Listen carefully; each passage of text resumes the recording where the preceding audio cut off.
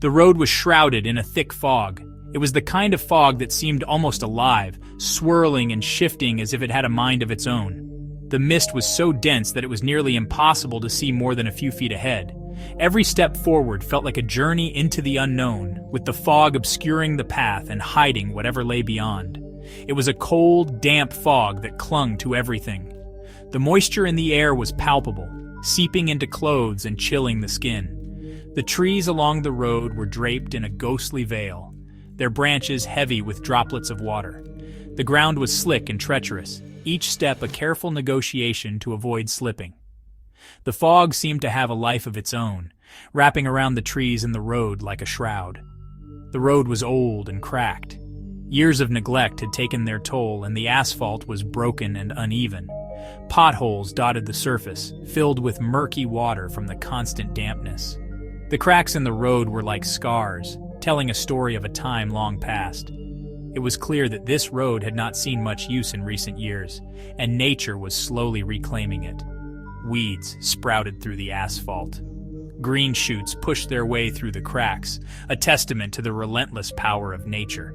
The plants seemed to thrive in the damp conditions, their leaves glistening with moisture. It was as if the road was being consumed by the forest, slowly but surely being taken back by the earth. The sight of the weeds growing through the asphalt was both beautiful and eerie, a reminder of the passage of time. It was as if the road itself didn't want to be found.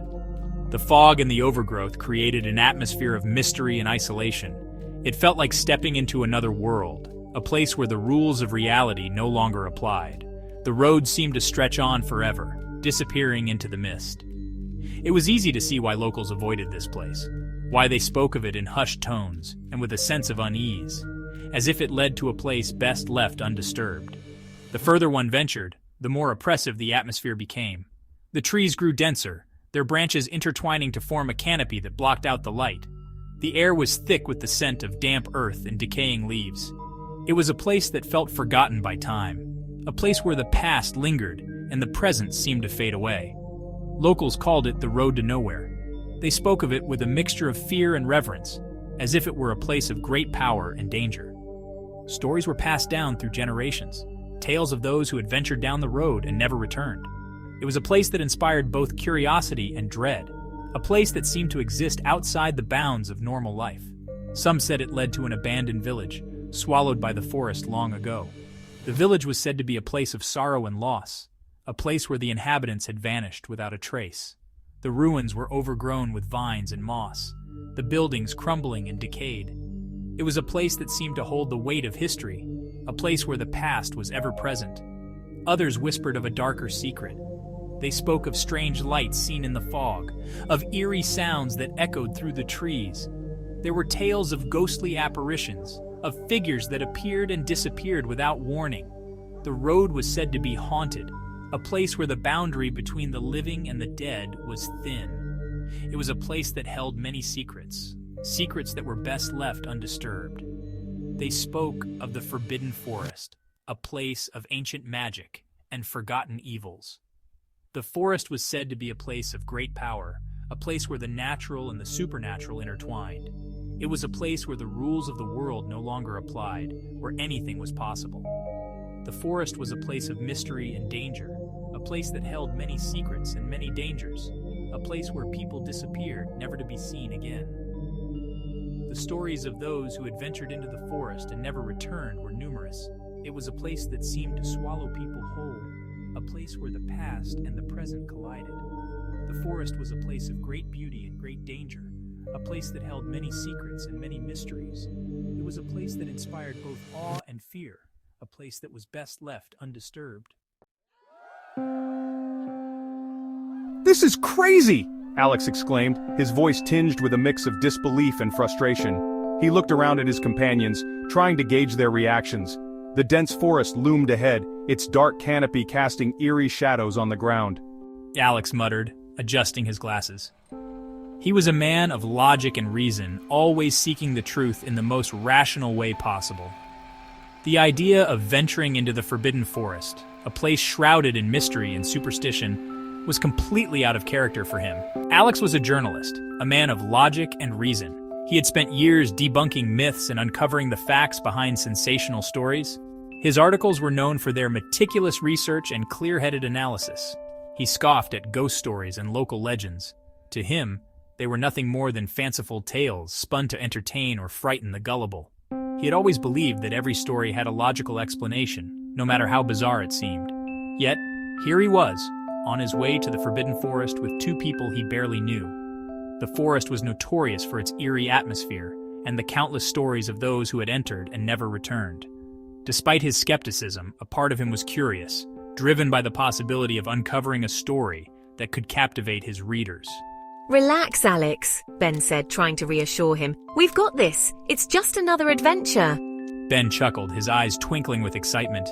He was the complete opposite of Alex, always eager to dive headfirst into the unknown. His adventurous spirit was infectious, and he had a knack for convincing others to join him on his escapades. Ben was an adventurer, always eager to explore the unknown. He thrived on the thrill of discovery and the adrenaline rush that came with facing the unexpected. His backpack was filled with all sorts of gear, ready for any situation they might encounter. He had dragged Alex into this expedition, promising a story he wouldn't forget. Ben had a way with words, painting vivid pictures of the adventures that awaited them. He spoke of hidden treasures, ancient secrets, and the thrill of uncovering the unknown. "I don't like this," Emily said, her voice barely above a whisper. She glanced around nervously, clutching her old journal tightly to her chest. Emily whispered, clutching her old journal. She was a historian, fascinated by the past and the stories it held. Her passion for history had led her to uncover many forgotten tales and hidden truths. Emily was a historian, fascinated by the past. She had spent countless hours in libraries and archives, poring over ancient texts and documents. Her dedication to her work was unmatched, and she had a reputation for uncovering the most obscure and intriguing stories.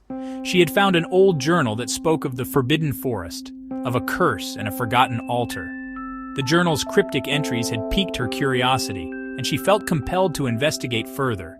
The possibility of uncovering a piece of history that had been lost to time was too enticing to ignore. She felt drawn to uncover its secrets, yet terrified of what she might find. The forest's dark reputation weighed heavily on her mind, and she couldn't shake the feeling that they were venturing into something far more dangerous than they had anticipated. Despite her fear, she knew that this was a journey she had to take, for the sake of history and the truth. The forest welcomed them with an eerie silence. The air grew heavy, thick with the smell of damp earth and decaying leaves. The trees, gnarled and ancient, seemed to press in on them, their branches like skeletal fingers reaching out. As they ventured deeper, they noticed strange carvings on the trees. They were crudely etched, depicting strange symbols and grotesque figures. They seemed to writhe and twist before their very eyes, their silence more menacing than any words. They stumbled upon a clearing. In the center stood an old stone altar, half hidden by vines and moss. It was weathered and cracked, but the intricate carvings on its surface were still visible. They depicted shadowy figures performing a ritual, their eyes burning with an unholy light. Emily consulted her journal. "It's here, the altar mentioned in the journal. It speaks of a curse, a dark power that lingers in this forest." Her words hung in the air, heavy with foreboding. Shadows stir. A low growl echoed through the forest, sending shivers down their spines. The shadows around them seemed to deepen, to writhe and pulsate with a life of their own. And then they saw them, shadowy figures lurking at the edge of the trees. Their eyes glowed with an eerie light, their forms shifting and swirling in the mist. They were neither human nor animal, but something altogether more sinister. Fear, primal and instinctive, gripped their hearts. "We have to get out of here!" Alex shouted, his voice cracking with panic. The urgency in his voice was palpable, a raw edge of fear that sent shivers down the spines of everyone around him. The forest around them seemed to close in, the trees whispering ominously as if they were alive, conspiring against their escape. The air was thick with tension, every rustle of leaves sounding like the footsteps of their pursuers. They turned to flee, but the shadowy figures were closing in.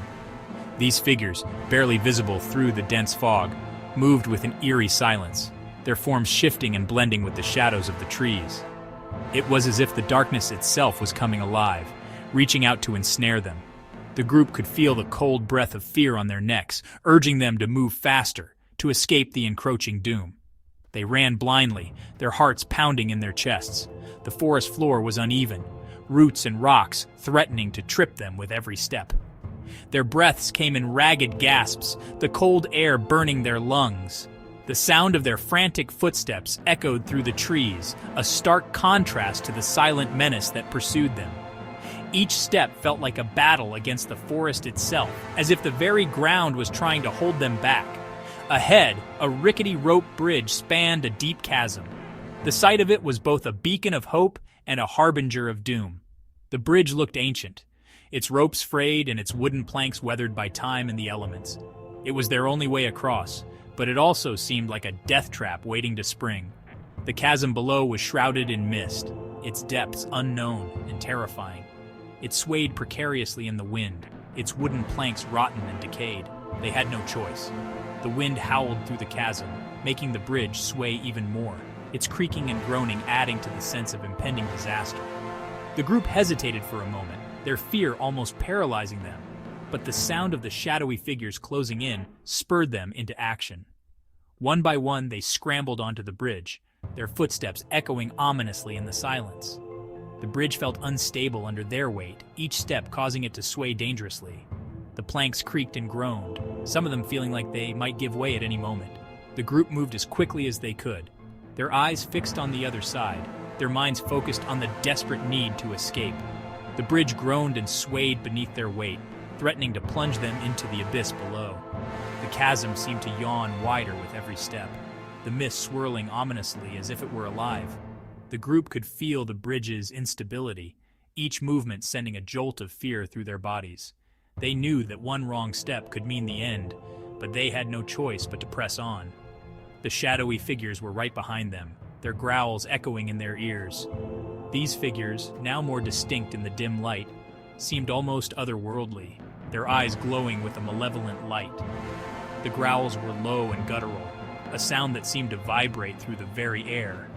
The group could feel the hot breath of their pursuers on their necks, the sense of impending doom driving them forward with a desperate urgency. They knew that if they didn't make it across the bridge, they would be lost forever in the darkness. Marked by the forest, they made it to the other side, collapsing onto the forest floor in a heap. They lay there for a long moment, gasping for breath, their bodies trembling with terror. The shadowy figures had vanished, but the forest still felt heavy, oppressive. They could still feel their eyes on them, watching, waiting. They knew with a chilling certainty that the forest would never forget them. They had been marked by its darkness. The forest never forgets.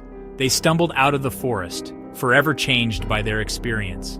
They never spoke of what they had seen, but the memory lingered, a dark stain on their souls. They knew that the forbidden forest was not a place for the curious or the foolhardy. It was a place of ancient power, of secrets best left undisturbed. The road may lead to nowhere, but the forest remembers. It always remembers.